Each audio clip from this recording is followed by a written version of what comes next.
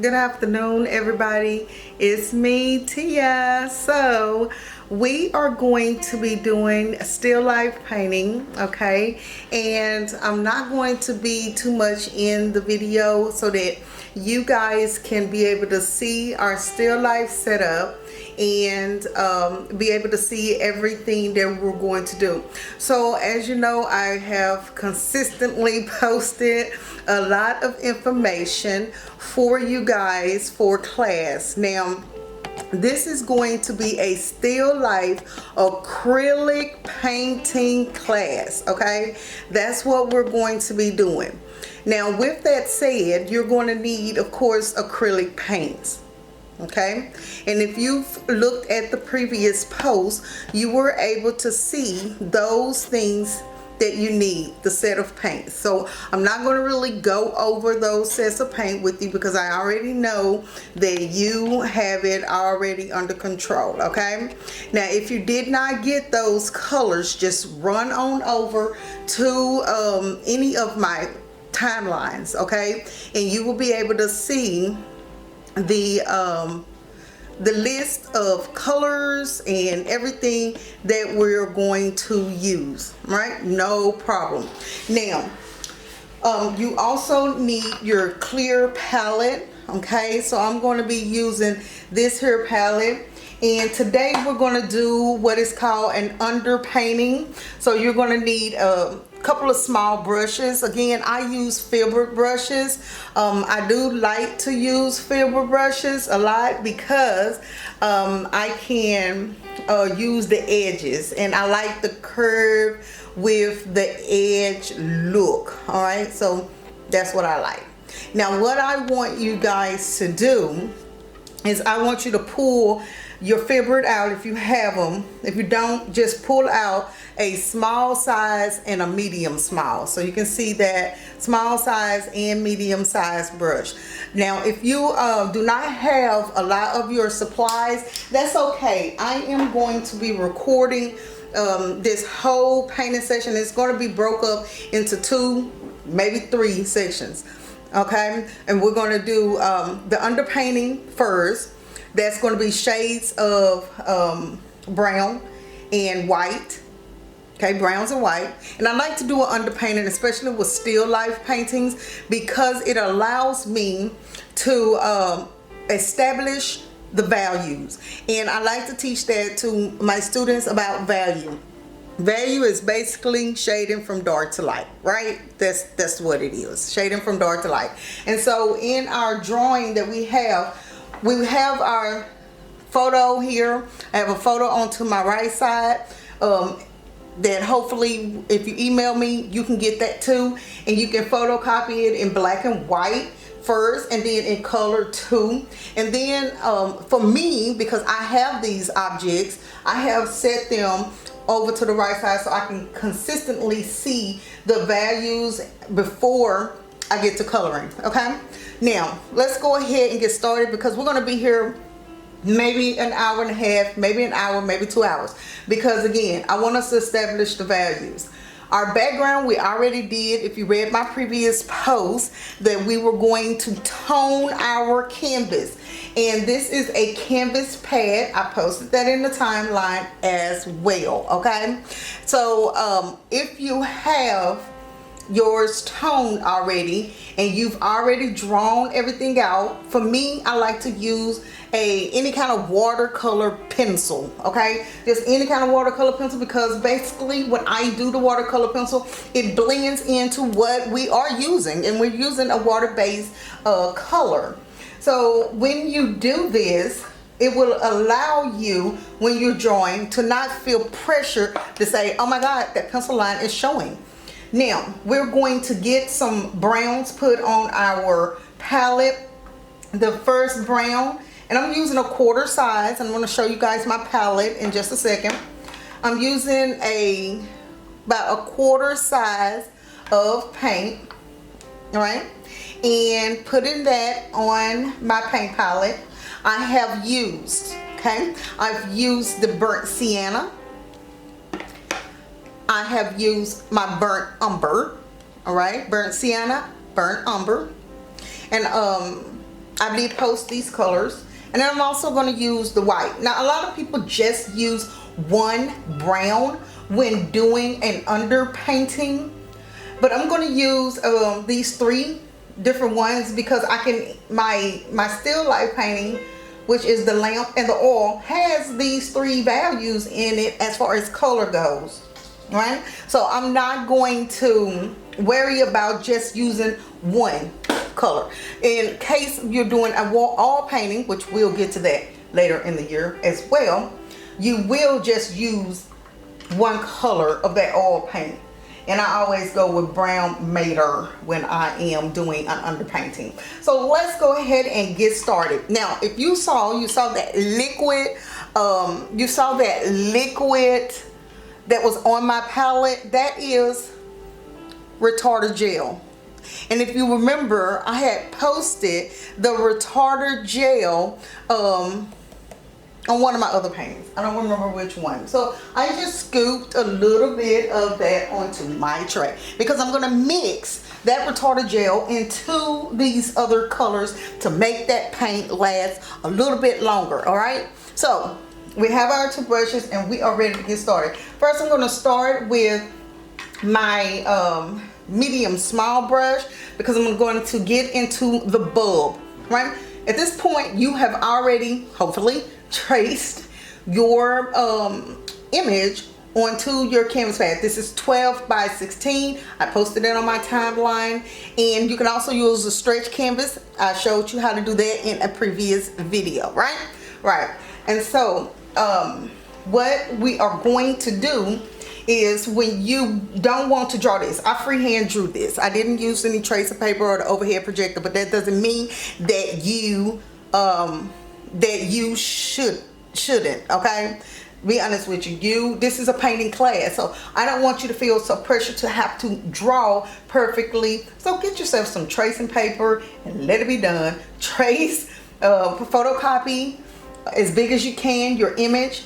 If you're using 9 by 12 or 12 by 16, whatever you can get on the tracing paper, and trace it. That is in my timeline, and so that after you have toned your canvas, you can get that tracing in. Okay, what we're going to do is we're going to start with a little bit of white. Okay, we're going to get a little bit of that white and a little bit of that burnt sienna, and we're going to make a very, very light shade of mocha or caramel, whichever one. All right, and it's going to be so light that you can barely see the brown in it, but there is a hint of it inside. Now, what I did see in my reference photo here on my edges is a shadow from my background. I'm going to teach you how to do glass. So this is going to be an all-around painting for you, where you're going to learn how to not only paint a still life, but also how to paint glass. Okay, it's going to be transparent, so you're going to see. Notice that I have a gray background. So if you can get a sheet or a cloth, a box, and cover it with something of a medium value.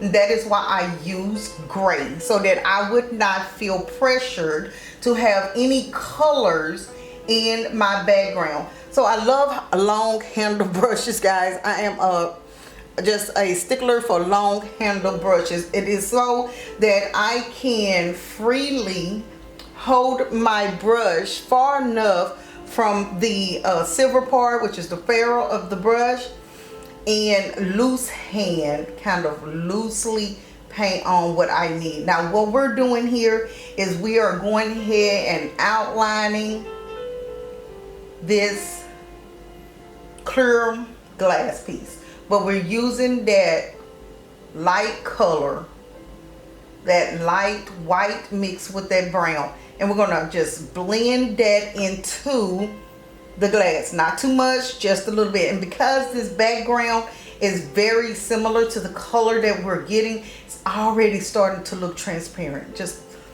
a really good see-through color, right? Now, where you see on your reference photo, when you hang it up next to you, and mine is right next to me, and also I'm looking at the values on the still life itself, okay? When you when you are actually looking at those values in black and white, I want you to place the lightest value there. And so here we do have a highlight, and it's a rectangular highlight.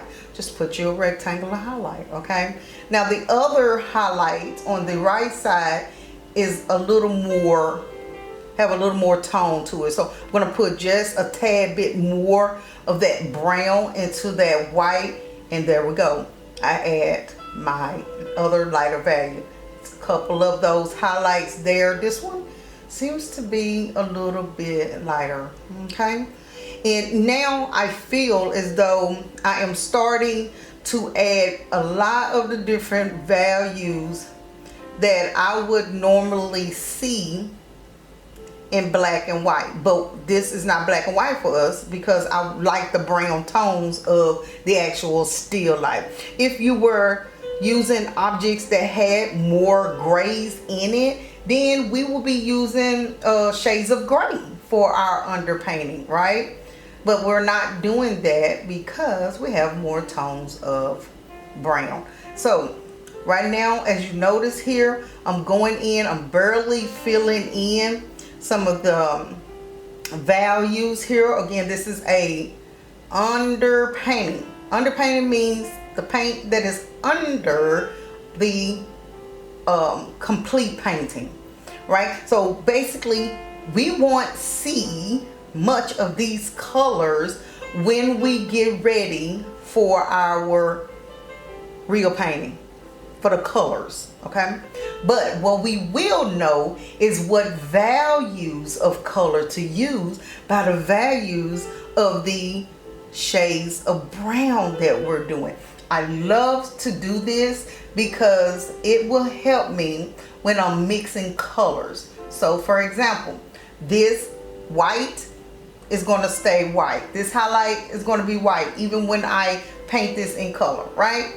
But maybe, just maybe, if this background here behind my still life is gray, then I know that I'm going to make a lighter shade of gray for this highlight right here, because one highlight is lighter than the other. So I'm going to add more of that gray. I'll probably even add some reflections from my background in the room in there, which is going to be some yellows and some blues and even a little lighter gray. I want to be able to make it look transparent, but at the same time look realistic, right? Okay, now I'm going to add a little more brown. You notice I'm adding more brown and I'm adding more white as I go. I'm not going to worry about filling it all in this glass piece and the glass bulb of the lamp.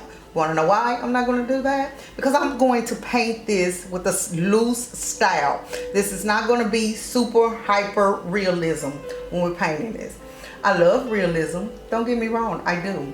But when I like what I like about realism is portraits. I'm gonna be honest with you, okay?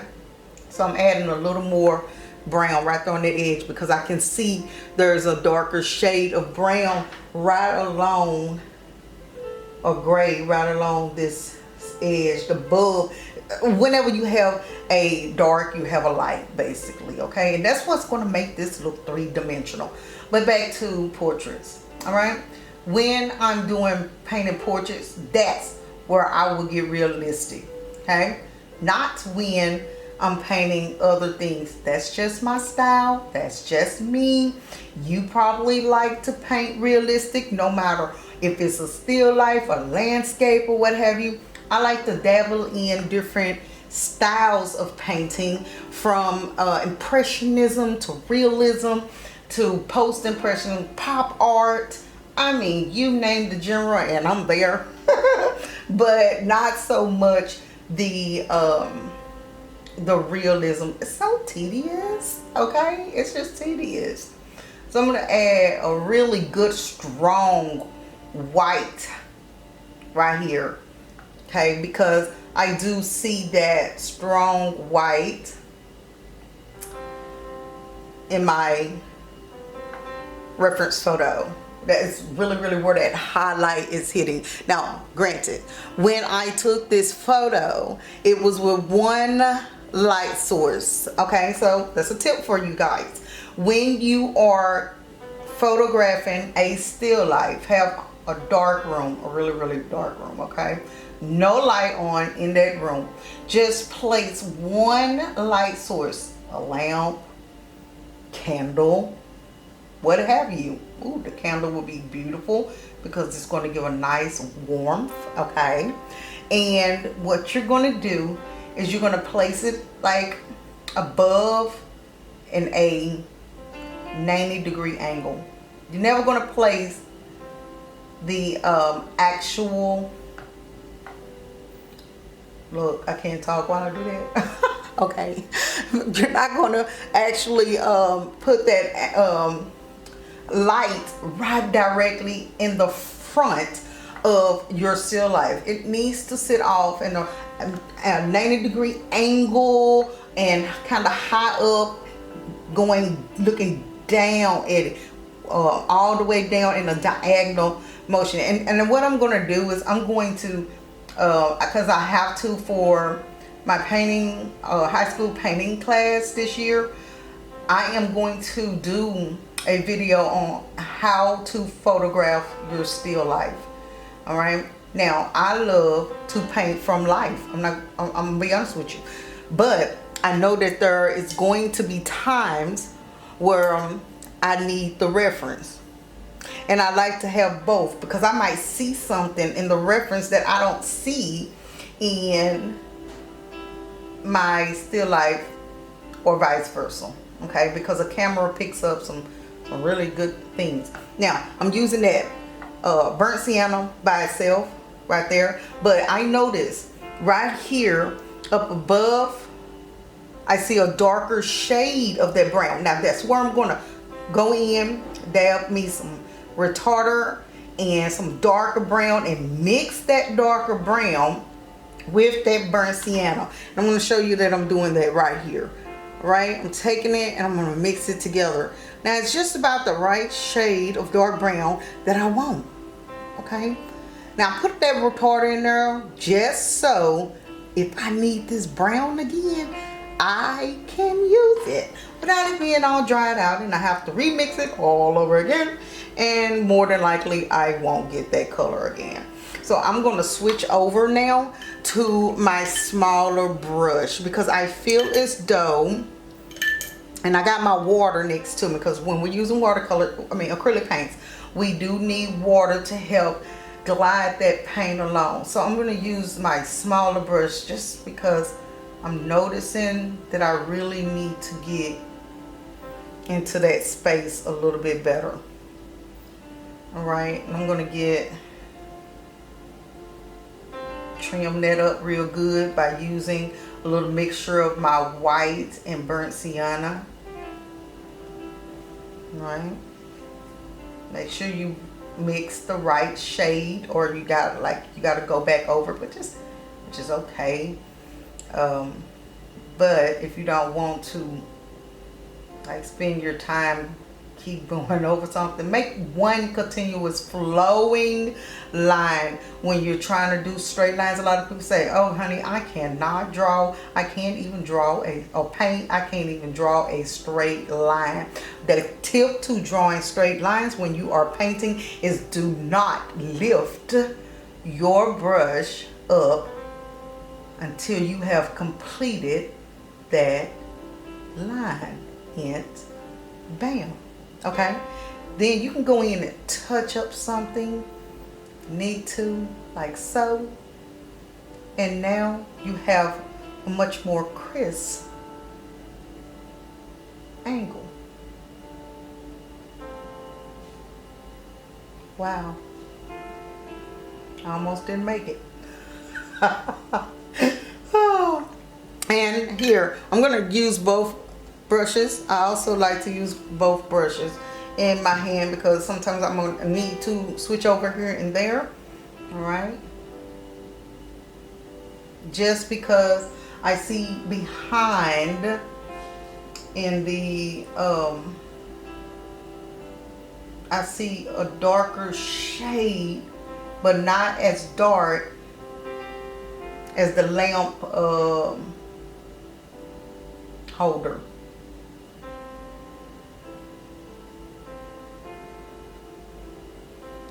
Okay. And let's blend that a little better, because here in this area, we're trying to make it look like this stem here is actually faded behind the lamp. These other ones will have more contrast, okay?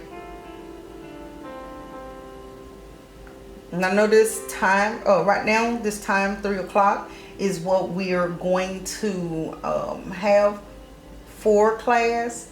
But as soon as the school district open up for the school year, I'll be doing evening classes, all right? And they, oops, I didn't want to do that. All right, evening classes, I wanted to mix that light brown with that dark brown. And we already have that color mixed, okay? There we go. Again, a lot of this is going to be so different. Yes, it is. When we actually put the colors that we are going to use for the painting itself. I don't want any parent to waste their money paying for the class and the child just lose passion for it. And because I've been there, I've paid for a class for my daughter or something, and okay, mom, I don't want to do that anymore. What? You gonna do this until that money run out, honey? All right. So right here, I'm establishing some darks and lights at the bottom. I'm just following along with the edges that I see.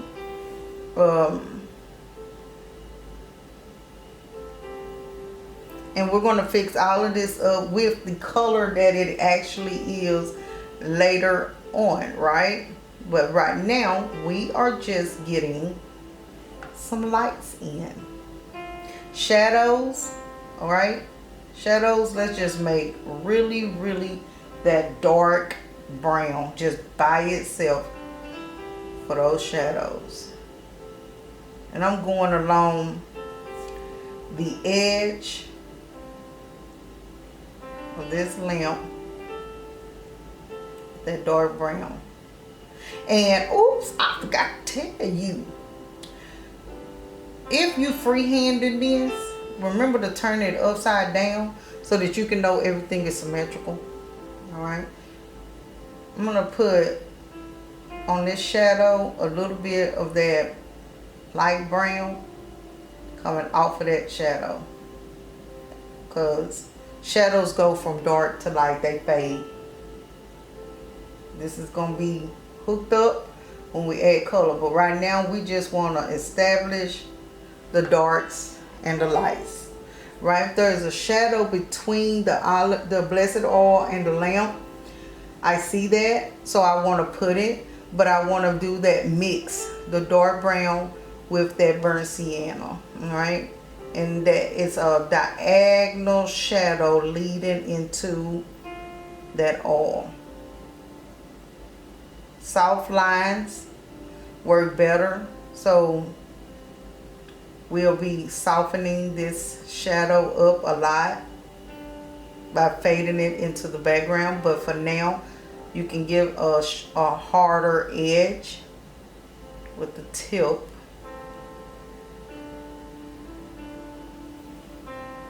Okay, and I see a lot of that light, so I added white right there with that color, because hidden behind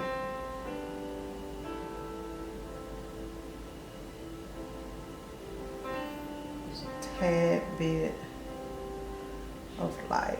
Now we are just using the shades of brown. This is just the underpainting.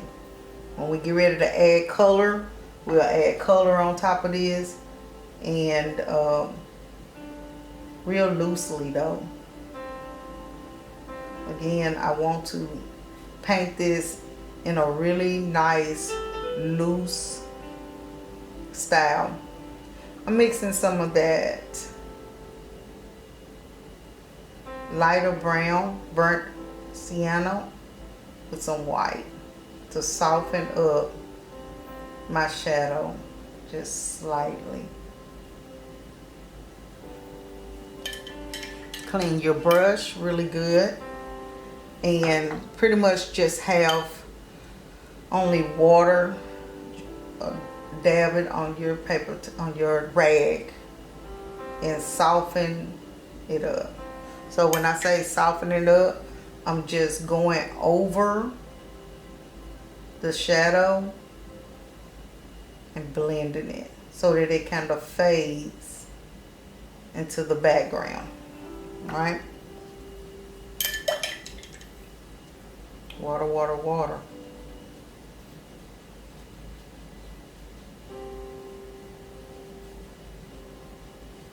Just the water by itself.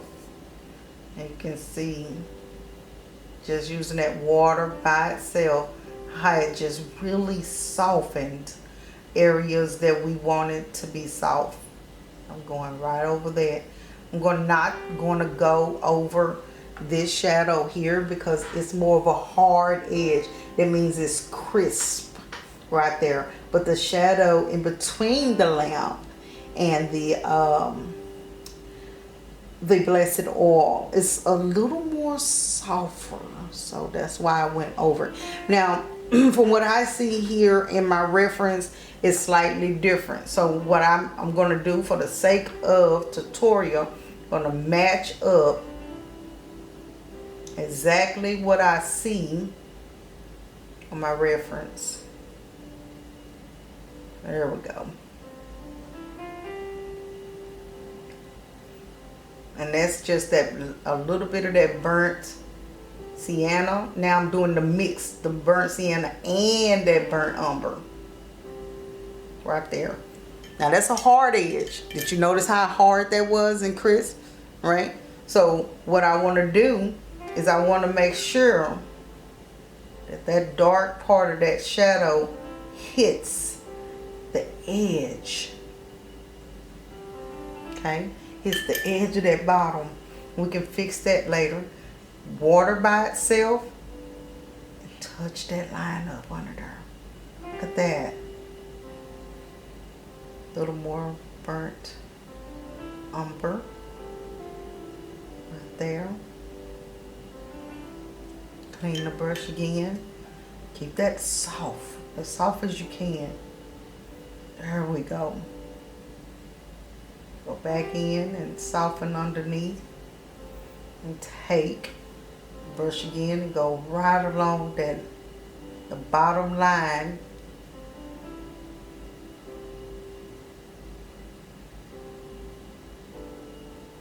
Nice and slow.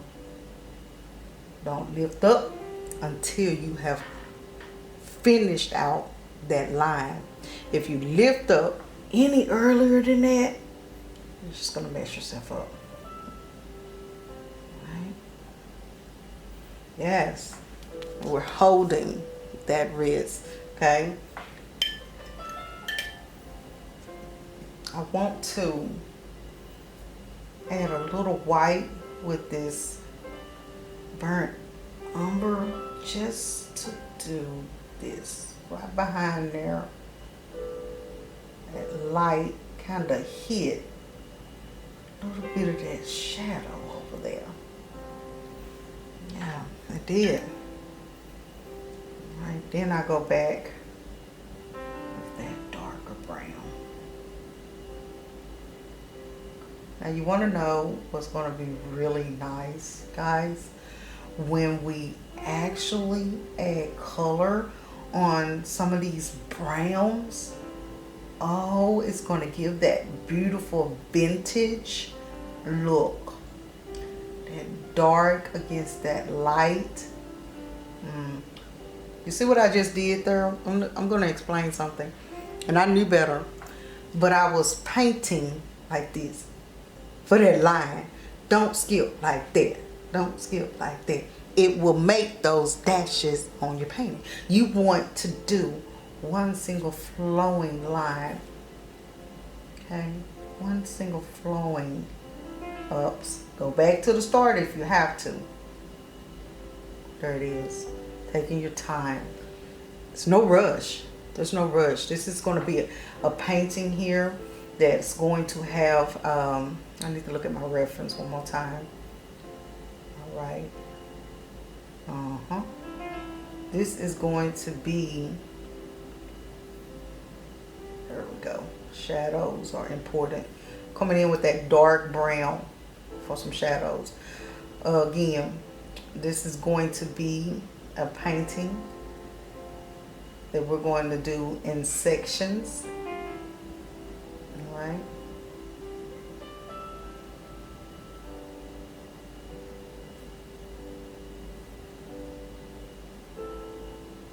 Everywhere you see that dark brown now, I want you to come in and add that dark brown.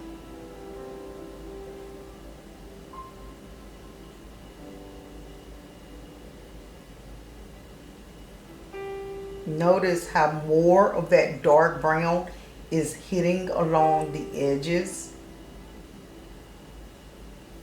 And then the light is in the front of this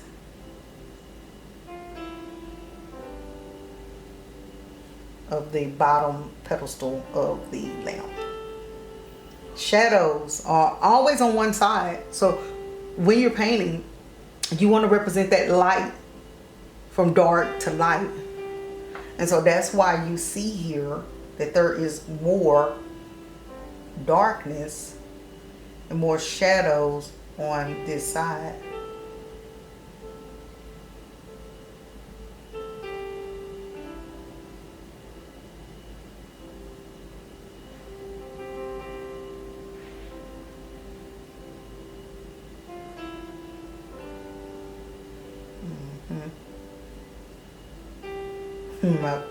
My best friend always say, I say,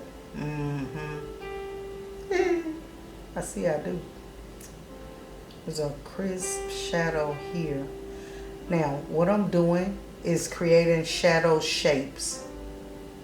Using the dark brown and that light brown to create shadow shapes. And I see the shadow shapes. You can too.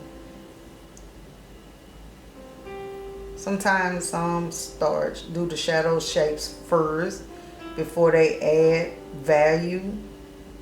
other values, lights and darks. I find that I could do it either way. I'm probably doing it the longer way, but what works for you, right? More of a darker shadow shape over here, getting rid of some of this light.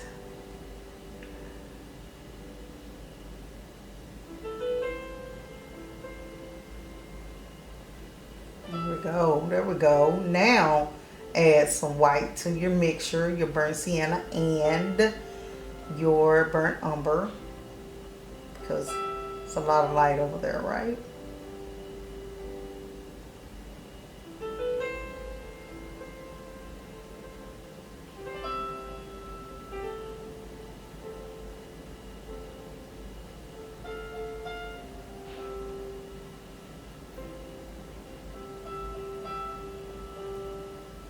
Nobody like you, Lord.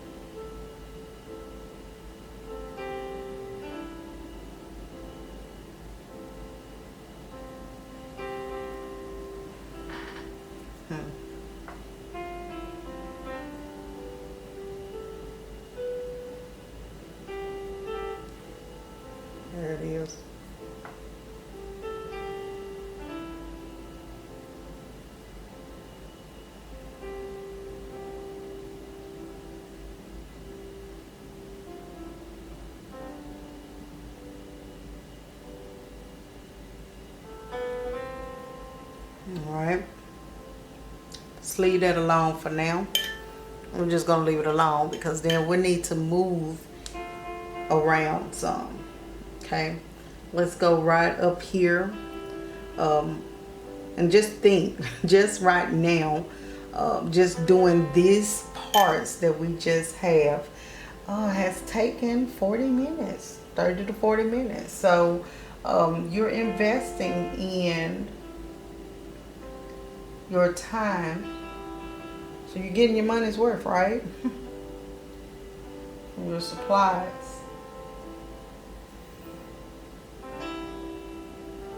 Creating a little more depth for that shadow on the edge of this lamp.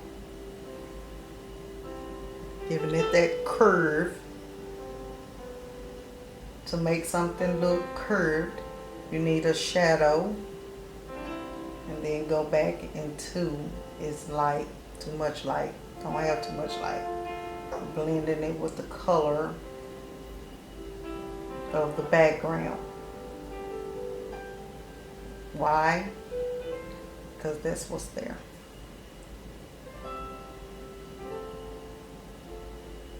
All right.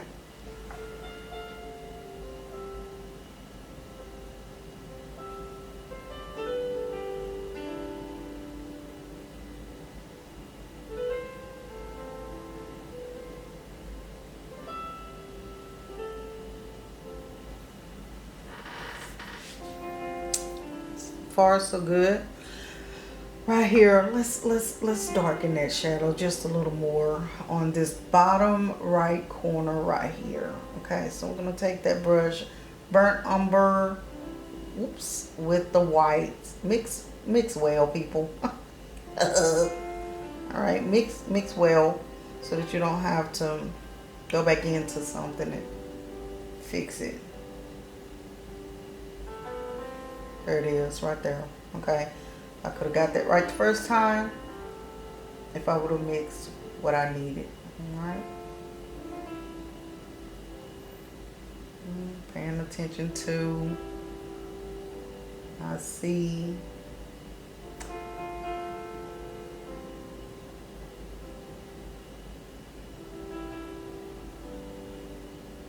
Add a little more white to that.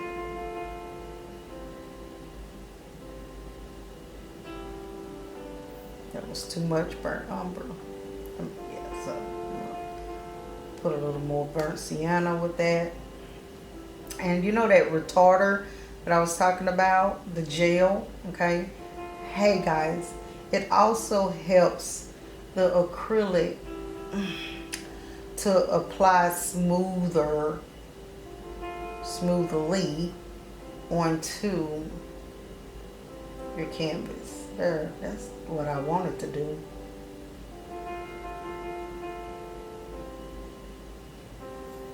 There we go. Now I'm ready to lighten that highlight up.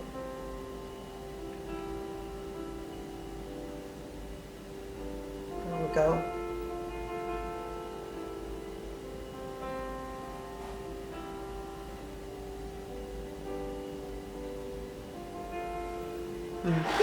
Yay! Look at us. All right, we're gonna put this white here. But you want to know something? We're gonna really make it much more stark and strong with more contrast when we add the colors. Okay. So remember, this fall, starting September the 9th, is when, I don't know if I finished that conversation, is when I'm going to start fall classes. And you can find that information on my website. It is $40 for unlimited classes. I'm pretty much not going to go with that. You know, well, my child only want one class, how much that costs. It's just flat rate, $40. You online. You're not, you still gonna get every day, every time I'm online doing a tutorial, you're going to be available for that live stream and tutorial class, your child. Um, so that's something to look forward to in the fall.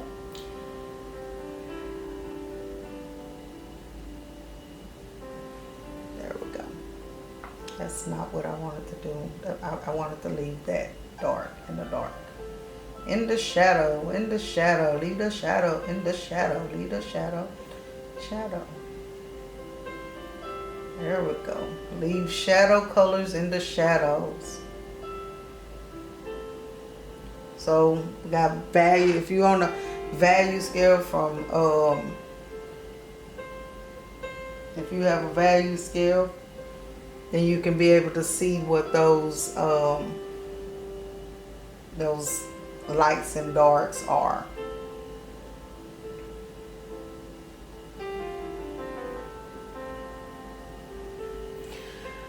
Oh, can I move on? Yes, I can get stuck on something like really quick. All right, I'm gonna move up here. Dry my brush off really good. Oh, you know what? All right, we're doing good timing. All right, so yeah, good timing. We have here a shadow shape forming the bottom of our lamp.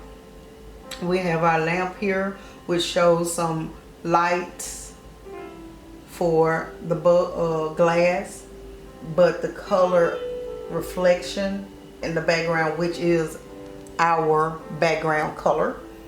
And now we're going to move on. All right, and let's move on to this top part of our lamp. I don't even know what this part is from. Either a thrift store or I got it from Hobby Lobby. One or the other. And you know what? I'm gonna need my stick. I just gotta get it. I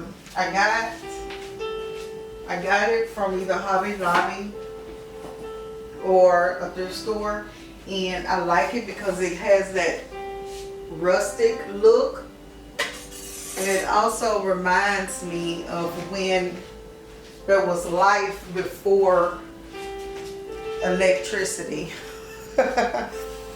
and when we needed it. And I'll be explaining more on, this is the stick, and I put it up against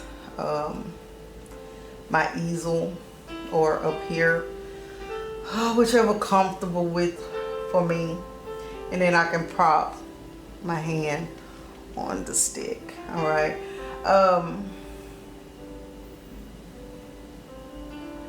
What was I saying? Oh, without life without electricity, right?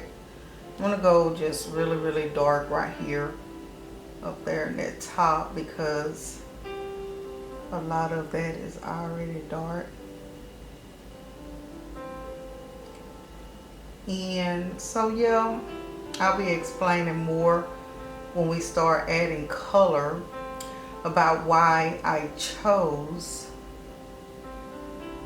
the Blessed Oil with the lamp. Yeah, and this is just a burnt umber by itself, but now I'm going to add the burnt sienna in. Just a little bit of that burnt sienna. Okay, I have a shadow shape right here. It's a rectangle and then a square. And I know that shadow shape is going to be only burnt umber.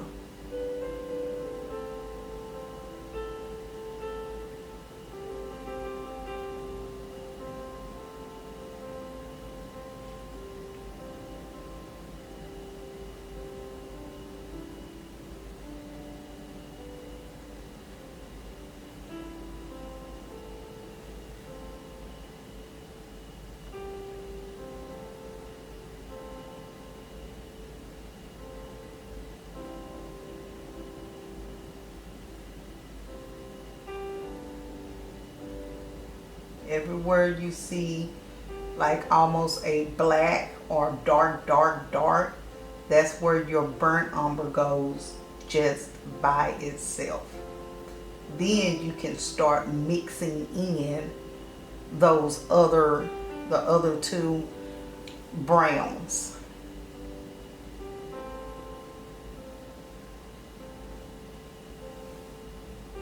So now I'm going to start mixing in the burnt sienna with the burnt umber.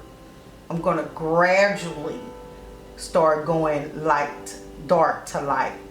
All right. I'm not just going to hit it up with light, a strong light up against that dark. I'm going to start fading it. Now I'm adding more burnt sienna to that mixture. Look at how that's going to get lighter. If you can see that, it gets lighter and lighter and lighter. And I'm going to add some white to that mixture because I see light areas right over here. And we're blocking in values. We're not worried too much about all the details of it, but we're blocking in those values where they go.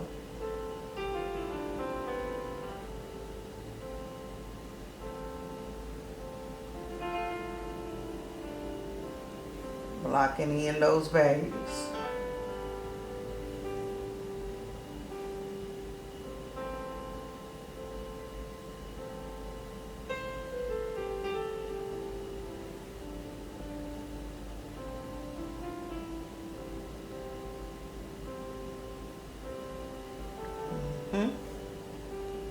You know what?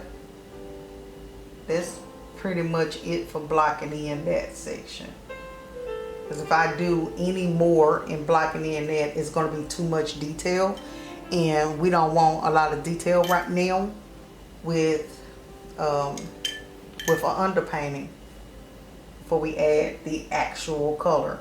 So now for this section here, I see that it is a darker color. So I'm going to just use that burnt umber and a little white. No burnt sienna. The sienna has red tones in it. All right. And I don't always want red tones in some sections. Okay. So what I want to do here is I want to address the lights. It's going to be two values for this, two values. That's a little different than that other part, isn't it? That other part had three values: a dark, a medium, and a light. This one here basically has two values. It has the light, and it has a medium, and it has the shadow. That's how that makes that looks 3D. All right, done with that. Move on up into the I don't even know what the lamp pole. Okay, we're gonna make up names. We're gonna make up things. The whole painting section, okay, session. We're just gonna make up terms for this lamp. And if someone knows, be real careful. One continual line. If somebody knows of a proper term for different parts of this lamp, feel free to put it in the comment section. Because I definitely do not. I'm going to touch just a little white. Just a little white. And I'm going to put it on the right side of this pole.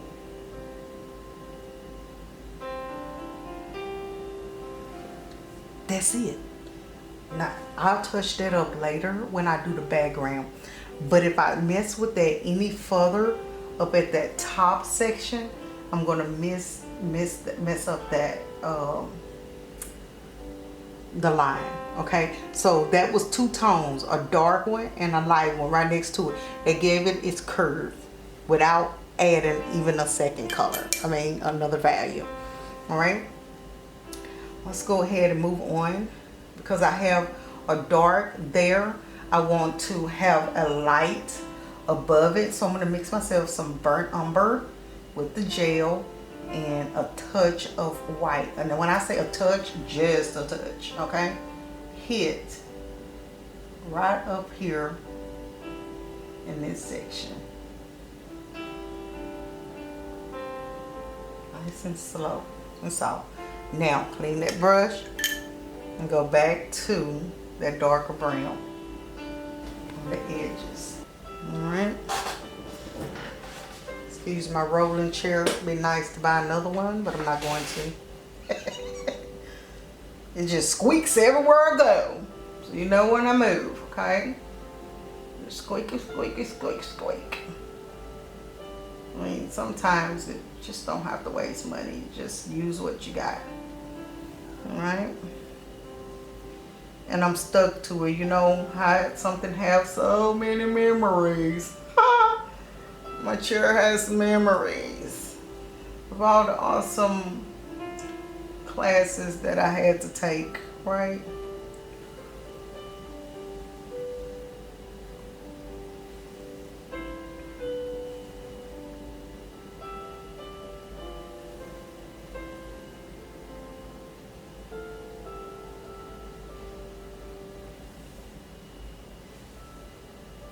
Still using white. We're still using the burnt umber for the lamp base itself. Alright. But where I do see, like, if you look at your reference, you can literally see the red tones. I mean, you have your really darks and you have your really lights, really lights, but then you have that medium shade, and that will be when you mix in that burnt umber with the burnt sienna, because there's a different tone there, there's a different value. And sometimes I like to photograph my reference in black and white only, so that I can see those values where they are. And I can even squint my eyes, the eyesight that I do got, and see those values even more. And your tray, your palette, yeah, it's gonna look like this eventually. But acrylic is nice and washable, so yeah, you'll be able to wash everything that you have. Good soap and water.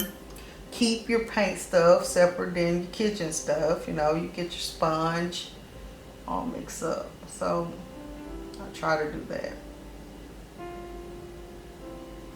Alright, now we're going to do this section here. We've been painting now for about an hour or so. We are doing good, because this is every time we do this, it's going to be a 2-hour session for each time we paint. And that's why I also said recommended ages, because the younger kids, for the fine art techniques that I'm giving, those younger ones, I mean, I don't think their attention span can take it. One continual flowing down. See, I had to stop talking to do that. So one continuous line until it runs out. That's that burnt umber color with the gel. So let it last and glide smoothly. And start back in that space. Again, this is a zero filbert. And if you need my oh no, there we go. If you need me to give you the Amazon order that I did for these brushes, you know, hit me up. Just inbox me. Let me know what you want. I gotta clean that up with I'm cleaning it up with just water, and I'm brushing it away. See how I clean it up? That's how I clean it up. Water only. Dry the brush. Just a little water. I'm cleaning that edge up. See? Now it'll fade into the background later. Alright, so One continuous line. Load the brush up, but not too much where it's too glumpy. Because, I mean, seriously, use that tip of that brush. One continuous flowing line. This we got to do again when we add more of the details and the colors. But for now, we just want to get it in and on there. Add a little more white where you see highlights. So I see some highlights hidden in that area, but not too much.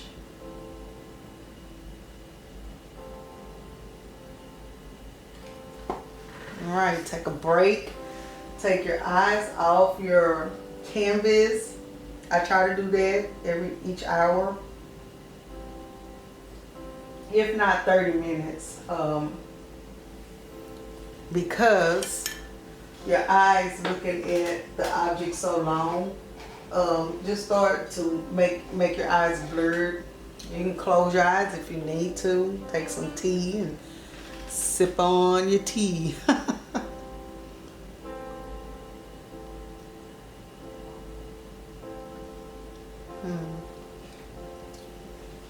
It's actually pretty good.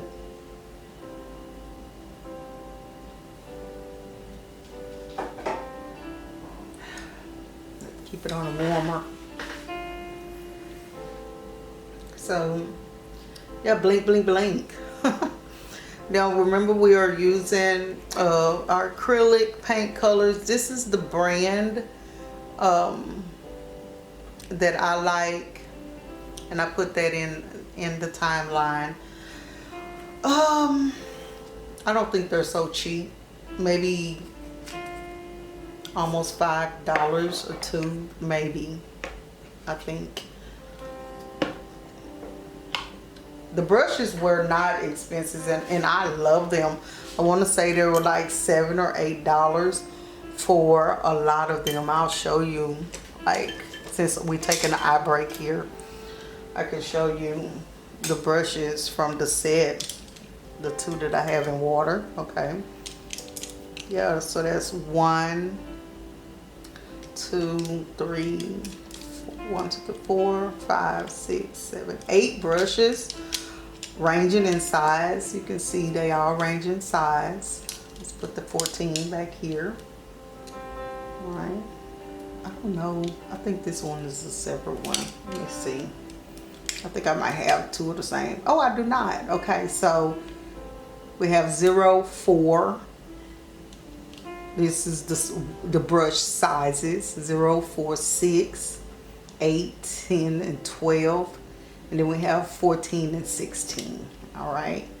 So yeah, that's 6, 7, 8 brushes and sizes for, I want to say $8. It's nice and synthetic and really smooth. I love fiber because you can see here it's square but it curves. A lot of people get their nails like that. If you can, you know, if you want to think of it like that. That square curve really works for me a lot in different paintings. Okay, so we have our eyes back on our painting. All right, get that, rest that arm. All right, and we're ready for this side. All right, some water on the brush, dab it so it don't run. And remember, we have our rag off to the side. We're going to use a little bit of that Retarder Gel in with that burnt umber by itself. And I'm using the side tip of the brush for this side. And I'm putting some white in that burnt umber, just a little bit, because the light is shining off to the right. And so, of course, I'm not going to have the same darkness that's in the shadow. Don't lift the brush up until it is gone from paint. It's about gone. Whew. I almost held my breath. Add some more white. Don't lift up. One continual flowing line. Yes, yes. A little more white. Starting right here. Don't lift up. Keep that same weight pressure onto the canvas. Same weight pressure. If you don't use the same weight pressure, you're going to have an inconsistent thick, thin line. All right?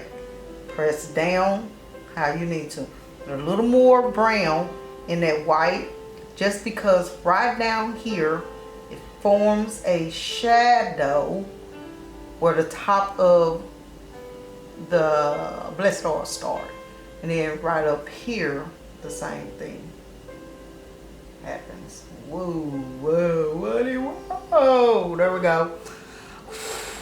Now breathe. Let it go.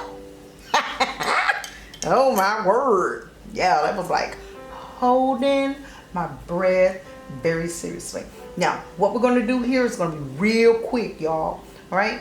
We're going to be using a whole different method. Not really. Yeah, not really. Okay. What we're going to use is mostly the burnt sienna with the white. We're barely going to use any of that brown, darker brown. Want to know why? Because this is a lighter value than the lamp. All right. So, top of this palette. That's enough. Light brown, like the brown with the white. Give it a little bit of a touch.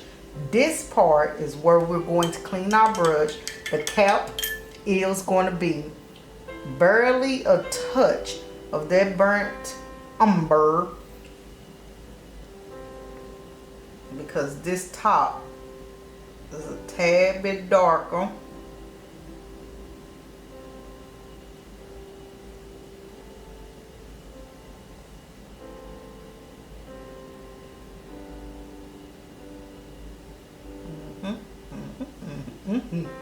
But we did that. Yeah, we did. Yeah, we did. All right.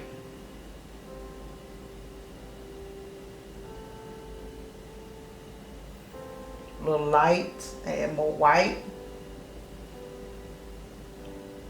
Trimming. Trims have highlights. Now go back to the burnt sienna with that brown to go underneath it. No. Nah.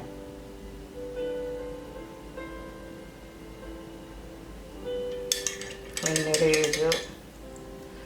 Cause my hand got shaky. What? My hand got shaky on me. It happens, people. Nothing is perfect. Alright. I'm gonna put a little bit of shadow in there. I'm gonna get some burnt umber. Get some shadows. Shadow shapes. My shadow shape for this is a rectangle. Right there. Sharp, hard edge. Shadow shape. A little bit of a shadow shape on the edge, but it's barely there. And then the burnt umber underneath the cap to separate the cap from the oil body itself. Right here, we got a little more of a dark edge too. All right, moving on. Switching brushes. Now I'm going to use my small medium. Notice that I have not changed over to any of the brushes because I'm getting some details in, and this is going to be really quick. Let's mix that burnt sienna with a touch of the other brown. Just fill all of that in till you get to the part where another shadow shape is. Take your darker brown, cast those shadows where they go. 1 and 2. I need to put more paint on my tray. I started running out of burnt sienna. That quarter size just ran out. 2 hours of painting. It just ran out. So yeah, do not let those kiddos sit there and squeeze out more than a quarter size at a time. Wasting money. You don't waste money anymore. Anymore, you notice I said anymore, right? All right, a little more. It's the liquid line underneath. Right there. Yeah. Burnt sienna. Put a label. That label in the back is showing through. But check it out. That label behind there is really have more dark shadow than the burnt sienna. So make sure you have that. And then the edge. Whoa. Can you say whoa? Alright. The edges. Did I just do that? See, don't go fast.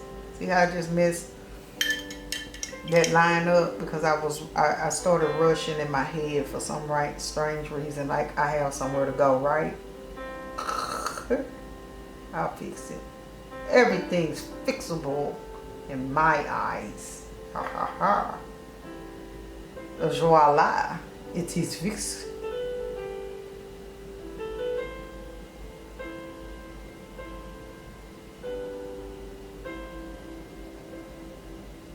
Looking at your reference really good as you're getting these shadows in. The shadow is going to be the dark brown by itself. Mixing in that burnt sienna for the rest of the bottle. Everywhere that the line is, I'm going to put some burnt umber with that sienna.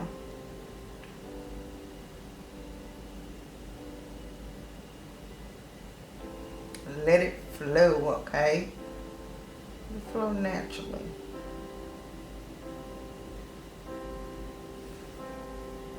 Good. We're almost finished with that.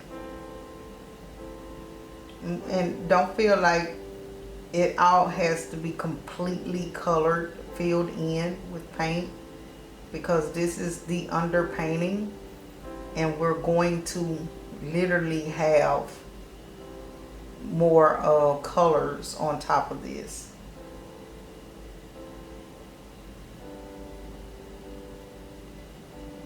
Where you see light, put light. Where you see only shadow, add only shadows.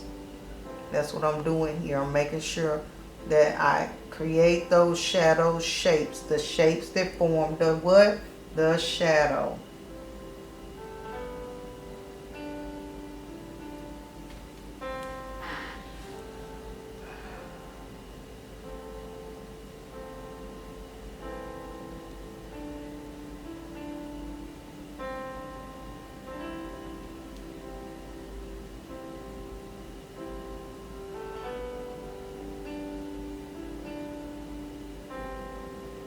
We really didn't use 2 hours of our time for this, did we? So that's pretty good. And this is liquid in there, so showing those strokes, brush strokes is just fine, guys. All right, just fine. And I'm gonna leave that like that because I don't want it to look like, I want it to show some of that background through the bottle. That's important, right?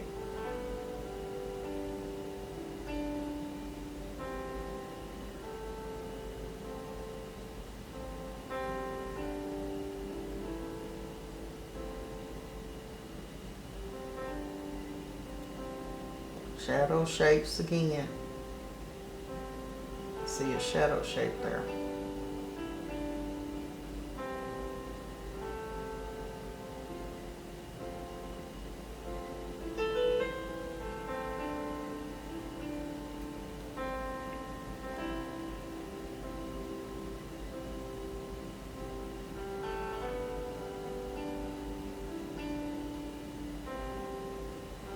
And we are finished.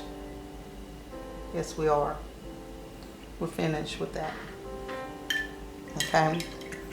If we go any further in detail, we're going to add too much detail to it, and we don't want to do that right now. We want to keep with what we have going on. There's a sliver of some light.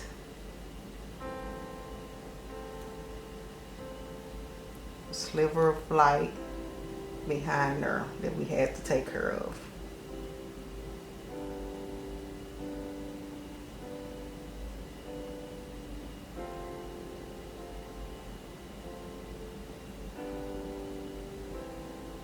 All right.